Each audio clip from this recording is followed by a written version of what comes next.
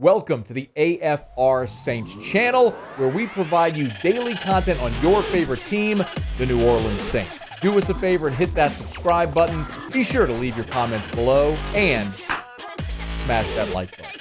Who dat? One of the reasons that people are very optimistic about Jameis Winston, about the Saints offense in 2022 is, well, obviously because Jameis Winston's back healthy, but also because you've added Jarvis Landry in free agency and Chris Olave in the first round of the draft. You've given this offense the targets that it lacked a year ago and so desperately needed. Here was Dennis Allen talking about those two new additions to the offensive room. I like both those players.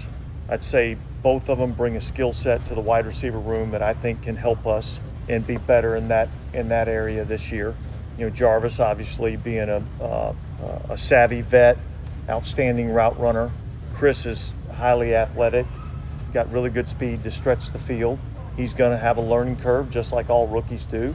And look, I think one of the things that we wanted to do this year was add talent to the roster and increase the competition amongst the roster. And I think we've done that in a lot of different areas. Undeniably, the spot where they had to do that was at receiver. A year ago, and you all know this, but as a refresher, a year ago, your leading receiver was Marquez Callaway, an undrafted rookie free agent who had 46 catches for 698 yards. It is the most un-Sean Payton season of the Sean Payton era, the 15 years.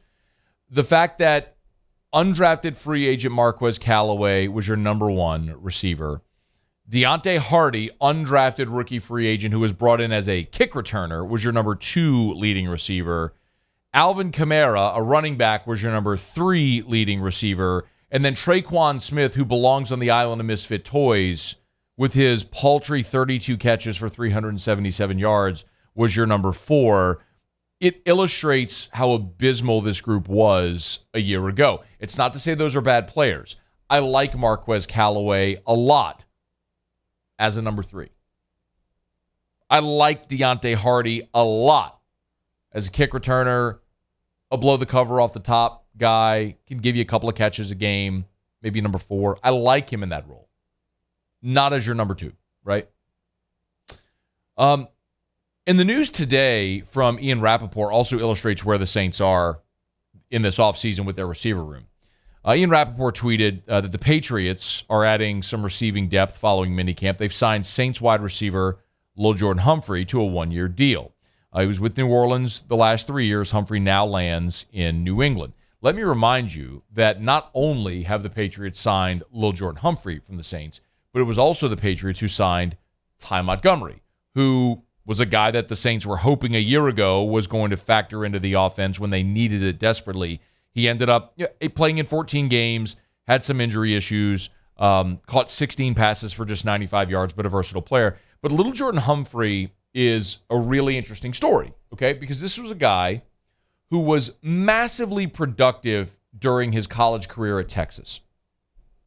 If you remember, and look, LSU fans know this, he sort of helped form a two-headed monster at the University of Texas, and again, was massively productive, but ended up, probably because of his lack of game-breaking speed, going undrafted. His final year at Texas in 2018, he had 86 catches for 1,176 yards and 9 touchdowns.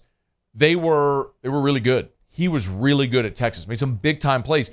But again, probably just great size, good hands, just lack of foot speed that probably cost him the opportunity to be drafted. But the Saints picked him up, and as a dude that played major college football, was used to being a playmaker, made plays and made the team and contributed for 3 years. This is a guy, to illustrate how far the Saints receiving corps has come year to year.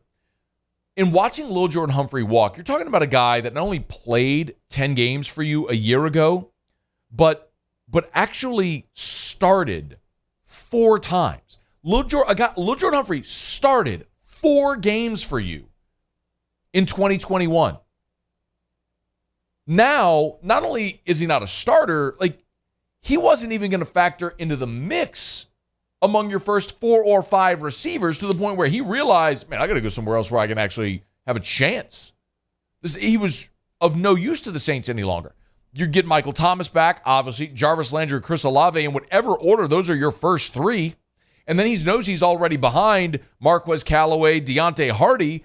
At best, he's your 6th guy among receivers. That's not even counting what you get from the running back spot as far as Alvin Kamara and what you hope to get out of the tight end spot with Adam Troutman. So, I mean, we all, I think, intellectually understand you're getting Michael Thomas back healthy. You add Jarvis Landry, you add Chris Olave. Like, it doesn't, like, we all understand. They've loaded up that room, so there just aren't as many spots or targets to be had. But it's an illustration when a guy that played 10 games, started 4 times for you a year ago, isn't even confident.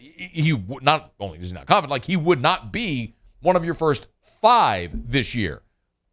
It shows how much and how dramatically they've upgraded that position year to year. I like Lil'Jordan Humphrey a lot.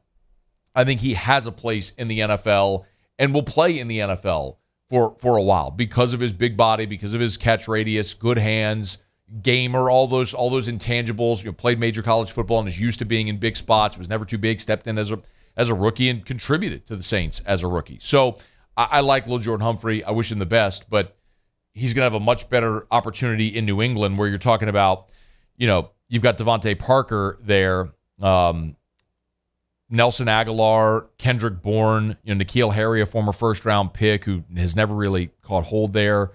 They got a rookie, Tre'Quan Thornton. I guess my point is, you look at Lil'Jordan Humphrey, aside from maybe Parker and Aguilar, he might be the most productive guy after that. I mean, he's, considering what he's done in his career to this point, it's a virtual lock to make the Patriots, where I don't know that he would have been but your 6th best option in New Orleans. And if you're not a special teamer, like if you remember Courtney Roby back in the day was listed as a receiver, but really he was your punt returner, kick returner, or I guess kick returner because Sproles returned punts, but kick returner and then your gunner. Like, that's why he made the team, because he was a special teams ace, not because he was a receiver. Lil'Jordan Humphrey is not that. So if he's not going to affect the game catching passes, then you don't need him on the roster, and that's why he's going elsewhere. So just another example of how the Saints have recognized a need, emphatically addressed it this offseason, and why this offense should be much better for it. Hey, thanks so much for watching. Please leave your comments. I love to interact, and be sure to hit the red subscribe button below.